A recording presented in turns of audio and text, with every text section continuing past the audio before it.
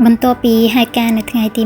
28ឧសភាភាគីថៃបែរជាចោទប្រកាន់កម្ពុជាថៃជាអ្នកផ្ទុះអាវុធមុន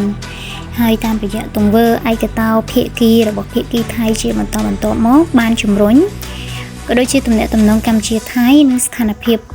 តាមបន្ទាប់ព្រំដែននឹងបានវិវត្តកាន់តែតានតឹងឡើងវិធានការនិងសកម្មភាពរបស់ថៃជាបន្តបន្ទាប់បានបំពេញក៏ដូចជាគម្រាមកំហែងមកលើកម្ពុជាក្នុងនោះក៏ដូចជាការបន្ថយម៉ោងបើកច្រកទ្វារព្រំដែនដោយឯកតោភាគីការគម្រាមកំហែងក្នុងការផ្ដាច់អ៊ីនធឺណិតនិងការជប់គ្រប់គ្រងអគ្គិសនីមកកម្ពុជាជាដើមបើទោះបីជាកម្ពុជាជាអ្នកស្រឡាញ់សន្តិភាពមិនចង់មានការរីករាលដាលនៃភាពតានតឹងចេញពីវិស័យយោធាទៅលើវិស័យផ្សេងៗក៏ដោយតែតាមរយៈវិធានការដោយបំពេញនិងការគោរពការគម្រាមកំហែងពីភាគីថៃរាជរដ្ឋាភិបាលកម្ពុជាក្រុមការដឹកនាំរបស់សម្ដេចធិបតីនាយករដ្ឋមន្ត្រីបានដាក់ចេញនៅបណ្ដាវិធានការនានាលើការដ្ឋានយោធាការរទូននិងច្បាប់ក៏ដូចជាវិធានការរដ្ឋបាលការបិទច្រកដូងនៃព្រំដែនកម្ពុជាថៃការឈប់ទិញអ៊ីនធឺណិតពីថៃនិងការឈប់បញ្ចាំងភាពយន្តថៃព្រមទាំងវិធានការត្រៀមនានាដើម្បីការពារប្រយោជន៍ក៏ដូចជាកិត្តិយសប្រជាជនប្រជាជាតិកម្ពុជា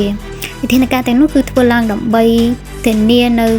ភាពយុត្តិធម៌សេចក្តីត្រឹមត្រូវសុចរិតភាពក៏ដូចជាប្រយោជន៍និងសេចក្តីថ្លៃថ្នូររបស់ជាតិនិងប្រជាជនកម្ពុជាផងដែរគោលបំណងក្នុងការធ្វើកម្មវិធីសុដាលារីនេះគឺដើម្បីចូលរួមចំណែកក្នុងខឿនការពារជាតិប្រជាជនតាមរយៈការបង្ហាញពីឆន្ទៈមនសិការស្នេហាជាតិនិងទឹកដីសហភាពសហព័ន្ធយុវជនកម្ពុជានឹងបានរៀបចំធ្វើដំណើរថ្មើរជើងសុដាលារី March ដើម្បីបង្ហាញការរួបរวมជាធ្លុងមួយគាំទ្ររាជរដ្ឋាភិបាលនិងកងកម្លាំងនៅជុំមុខកម្ពុជាលើស្មារតីដូចខាងក្រោមបង្ហាញពីការគាំទ្រសុចរិតភាព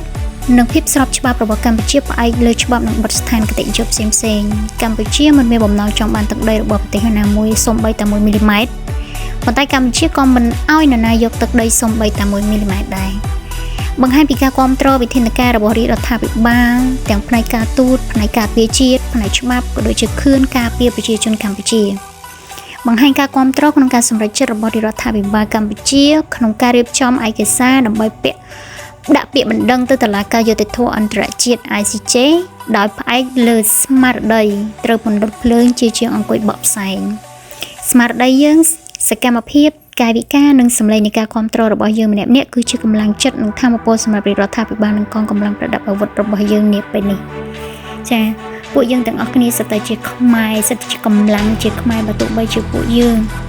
មិនបានទៅជួបបងនៅសមរភូមិជុំមុខក៏ដោយប៉ុន្តែពួកយើងតែងតែផ្ដល់កម្លាំងក៏ដូចជាលើកទឹកចិត្តទៅដល់បងកងទ័ពដែលគាត់ជាជួរមុខចាស់ការពារព្រំដែនសូមឲ្យគាត់មានកម្លាំងចិត្តពួកយើងនៅពីក្រោយបងប្អូនខ្មែរយើងទាំងអស់គ្នាគឺគាំទ្រក៏ដូចជា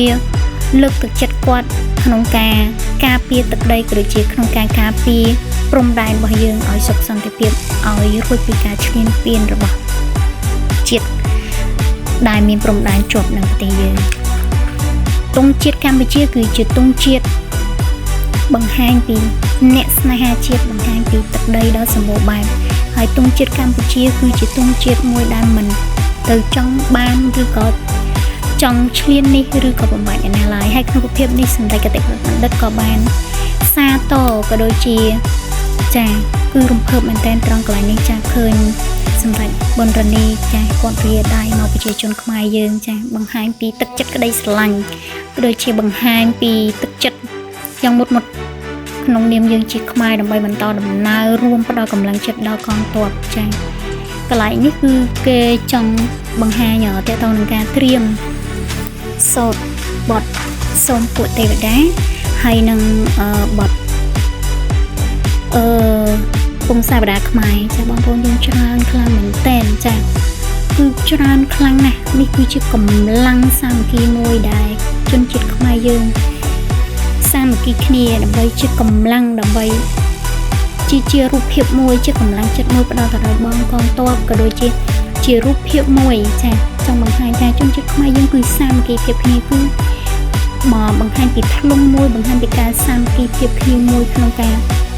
រួបរวมក៏ដូចជាក្នុងការជួយផ្ដល់កម្លាំងចិត្តក៏ដូចជាគាំទ្ររដ្ឋាភិបាលក្នុងការដាក់ចាជាបណ្ដឹងទៅ ICG ដើម្បីទាមទាររយុត្តិធម៌នៅលើការប្រឹងប្រែងរបស់រដ្ឋាភិបាលចា៎